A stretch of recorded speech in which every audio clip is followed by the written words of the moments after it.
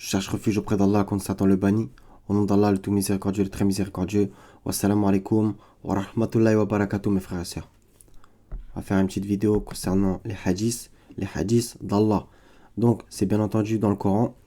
Donc, on va faire une petite étude et on va citer quelques versets, même s'il y en a plein d'autres.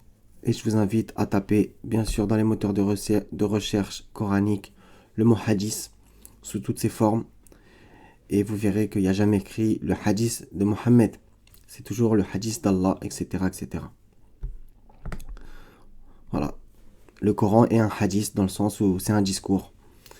Voilà. Donc, 39-23, c'est la traduction classique du verset, mais on va voir qu'il y en a des intéressantes aussi. Allah a fait descendre le plus beau des hadiths, des récits, un livre dont certains versets, entre guillemets, se ressemblent et se répètent. Les peaux de ceux qui redoutent leur Seigneur frissonnent, puis leur peau et leur cœur s'apaisent au rappel de Dieu. Voilà, entre parenthèses, le livre guide de Dieu par lequel il guide qui il veut, mais qui compte Dieu égare n'a point de guide. Voilà, donc submission.org, traduction 39-23. Allah a révélé en ceci le meilleur hadith. Vous voyez, ils ont changé, ils ont mis, au lieu de récit, ils ont mis hadith. Pour voilà, faire bien cogiter les sunnites et les chiites. Voilà. Donc c'est le mot hadith, al-hadithi. On clique sur détail. Bien entendu que ça nous amène quelque part. Al-hadithi, traduction hadith.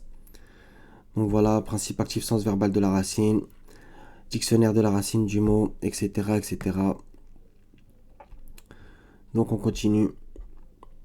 Ça c'est intéressant qu'ils ont mis hadith, récit de paroles et d'actes attribués, c'est très important, attribués qu'on lui impute, alors qu'il est innocent de tout cela, au prophète Mohammed ou à l'un de ses prosélytes. D'accord. On continue. Donc 18-6, les versets où ce mot apparaît sous cette forme précise, il n'y en a pas énormément, mais on va voir qu'il y en a d'autres en fait. Et je vous inviterai à le faire vous-même. Là je vais faire une petite vidéo très courte pour que ça serve à quelques personnes, Inch'Allah ta'ala. Donc 18-6, il se peut que tu te morfondes sur leurs pas de chagrin s'ils ne croient pas en ce hadith, en ce discours.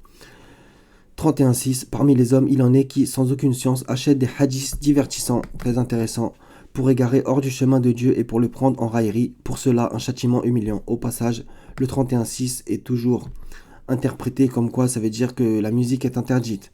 C'est quand même scandaleux. D'autant que Allah confirme le Zabour et nous avons donné à David le Zabour, donc les psaumes. Et dans les psaumes, le psaume 150, je vous invite à le lire, le psaume 150, mais pas que, il y en a plein d'autres, où David nous incite à faire de la musique pour louer l'Éternel, bien entendu, pas pour dire n'importe quoi. Ça, en soi, je suis pas contre le fait que certaines musiques soient pas haram, parce que c'est Allah, il leur a dit haram la musique, mais soit mauvaise pour l'âme, il n'y a aucun problème. Comme par exemple le rap dans sa globalité, malgré qu'il y ait du bon partout. Donc le 39-23, on l'a cité.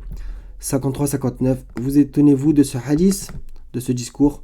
56-81, allez-vous dissimuler ce hadith, en parlant bien entendu du hadith de Dieu. 68-44, très intéressant. Laisse-moi donc avec quiconque traque de mensonges ce hadith, nous allons les amener progressivement par où ils ne savent pas. Donc voilà.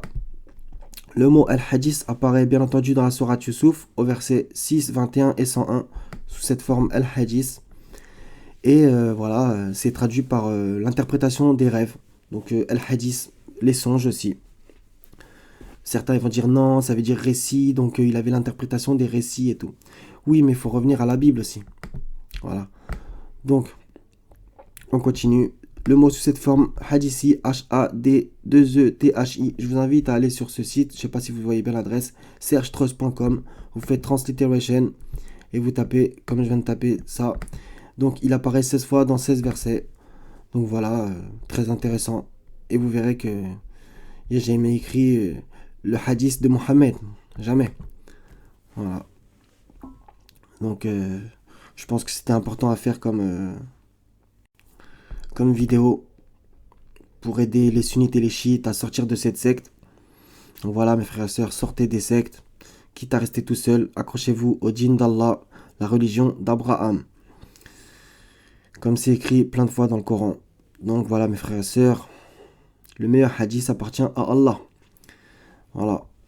Revenons au livre divin que Allah confirme, Sourate 3, versets 3 et 4. Voilà mes frères et sœurs, c'était tout. Donc soyez bénis. Je vous aime en Allah. Wa salamun ala al-mursalin. Walhamdulillahi rabbil alamin. La ilaha illallah wahdahu la sharika la. Wassalamu alaikum wa rahmatullahi wa barakatuh mes frères et sœurs.